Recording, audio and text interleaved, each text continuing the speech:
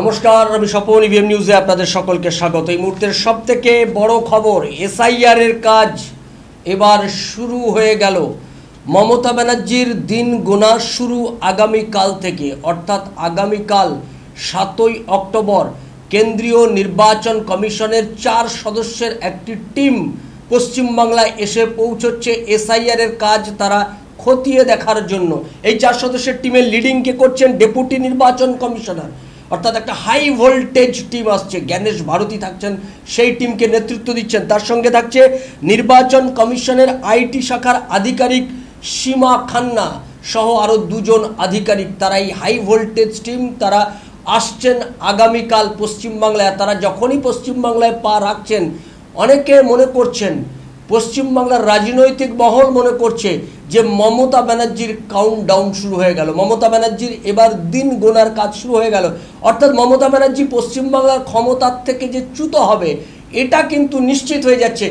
যদিও আমরা আপনাদেরকে এই খবর দিয়ে রাখি, এই মিটিং যখন হবে বুধবার দিন সকাল 10টায় ভিডিও কনফারেন্সের মাধ্যমে এই 4 সদস্যের টিম মিটিং করবে। সেই মিটিংয়ে কারা থাকবে? ডিইও থাকবে, ইআরও থাকবে, এডিএম ইলেকশন থাকবে, ওসি ইলেকশন থাকবে, আইটি সেলের আধিকারিকরা থাকবে। তাদেরকে নিয়ে প্রথম বৈঠক হবে। অ্যাকচুয়ালি পশ্চিমবাংলায় কিন্তু এসআইআর এর কাজ শুরু হয়ে গেছে। মমতা ব্যানার্জি যে নাটক করছে, আসলে মুসলমানদেরকে এসআইআর এর নামে ভয় দেখিয়ে তাদের ভোটটা কনসলিডেট করার জন্য তার এটা একটা কৌশল। আসলে কিন্তু পশ্চিমবাংলায় এসআইআর কাজ শুরু হয়ে গেছে। আগামী বুধবার দিন সকালবেলায় ভিডিও কনফারেন্সে যে বৈঠক হবে, সেই বৈঠকে মূলত এই 4 সদস্যের টিম যেটা জানতে চাইবে যে মৃত ভোটার যাদের স্থানান্তকরণ হয়েছে, ডবল এন্ট্রি যাদের আছে, সেই নামগুলো বাদ দেওয়ার ক্ষেত্রে কতটা কাজ হয়ে গেছে। অর্থাৎ এসআইআর এর প্রাথমিক কাজ কিন্তু পশ্চিমবাংলায় চলছে। মমতা ব্যানার্জি বাংলার মানুষকে কিন্তু ভুল বোঝাচ্ছে, মুসলমানদেরকে ভুল বোঝাচ্ছে যে এসআইআর করতে দেব না। আসলে এসআইআর কাজ শুরু হয়ে গেছে। এই নভেম্বরের 2য় সপ্তাহে নির্বাচন কমিশন কিন্তু এই মৃত ভোটার স্থানান্তকরণ করা হচ্ছে, যে ভোটার এই সমস্ত যাদের ডবল এন্ট্রি বা চলে গেছে একটা জায়গা থেকে আরেকটা অন্য জায়গায় চলে গেছে, এ রাজ্য ছেড়ে অন্য রাজ্যে চলে গেছে, সে রাজ্যে গিয়ে ভোটার তালিকায় নাম তুলেছে, এইগুলো যাদের হচ্ছে তাদের নামগুলো অলরেডি বাদ দেওয়ার কাজ শুরু হয়ে গেছে। এবং নভেম্বরের 2য় সপ্তাহে নতুন ড্রাফট ভোটার তালিকা প্রকাশ করার প্ল্যানিং করেছে নির্বাচন কমিশন নভেম্বরের 2য় সপ্তাহে। সুতরাং এসআইআর এর প্রাথমিক কাজ কিন্তু শুরু হয়ে গেছে। মমতা ব্যানার্জি কিন্তু মিথ্যে কথা বলছে যে এসআইআর করতে দেব না, কিংবা তৃণমূল কংগ্রেসের লোকেরা মিথ্যে কথা বলছে।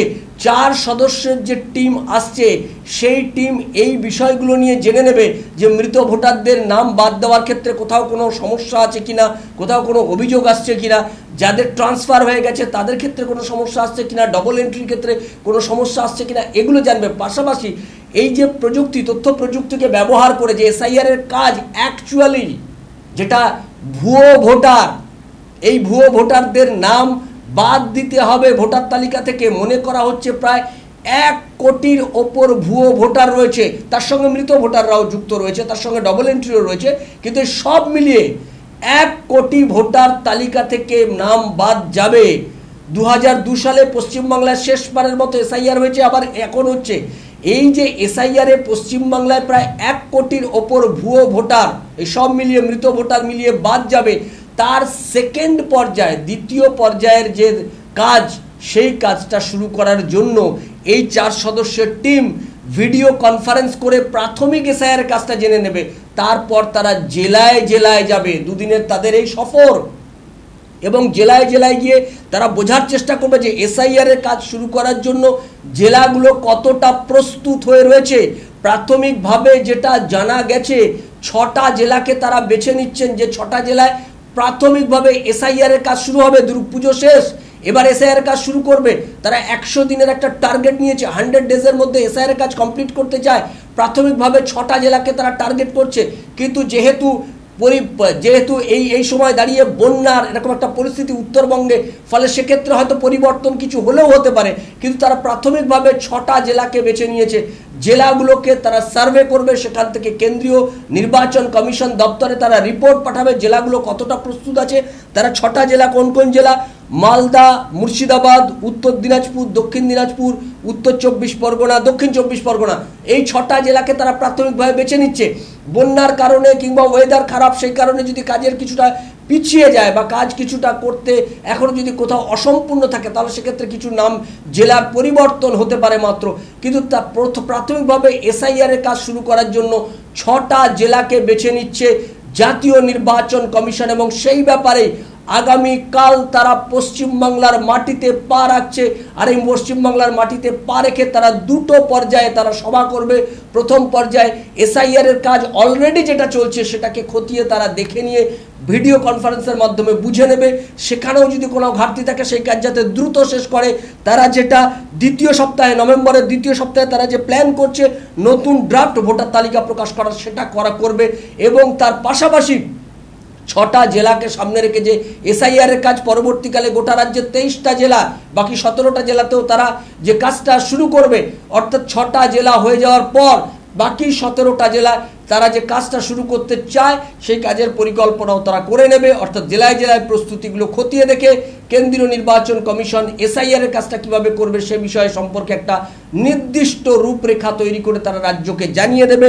ফলে এটা মনে করা হচ্ছে যে এই যে আগামীকাল নির্বাচন কমিশন পা রাখছে, মমতা ব্যানার্জির সমস্ত ভুয়োবাজি, মিথ্যে কথা বলা, মানুষকে বিভ্রান্ত করা, এই সব বন্ধ হবে। নির্বাচন কমিশন এসআইআর করবে। মমতা ব্যানার্জির দিন গোনার কাজ শুরু হচ্ছে।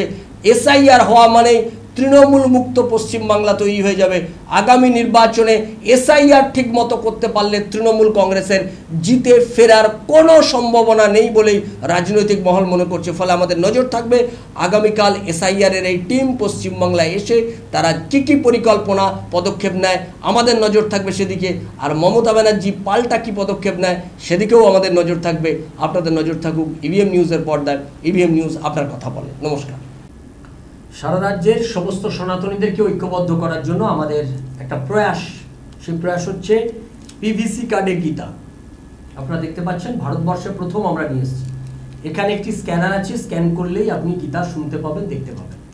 পিভিসি কার্ডে উপনিষদ, আপনারা এখানে স্ক্যানার আছে, স্ক্যান করলে উপনিষদ শুনতে পাবেন, দেখতে পাবেন। আপনারা সকলে নিজেদের কাছে এটা রাখুন, অন্যদেরকে উপহার দিন। এর মূল্য 120 টাকা করে, এক একটি গীতা, এক একটি উপনিষদ 120 টাকা করে। যারা এটা সংগ্রহ করতে চান, এই হোয়াটসঅ্যাপ নাম্বারে আপনার নাম, ঠিকানা, পিনকোড, ফোন নাম্বার এগুলো দিয়ে দিন। দিলে আপনি এই 120 টাকা দিয়ে আপনি এটা বুকিং করতে পারেন। যদি অফিস থেকে সংগ্রহ করেন 120 টাকা, আর যদি আপনি বাড়িতে বসে নিতে চান 120 টাকার সঙ্গে কুরিয়ার চার্জ যুক্ত হবে।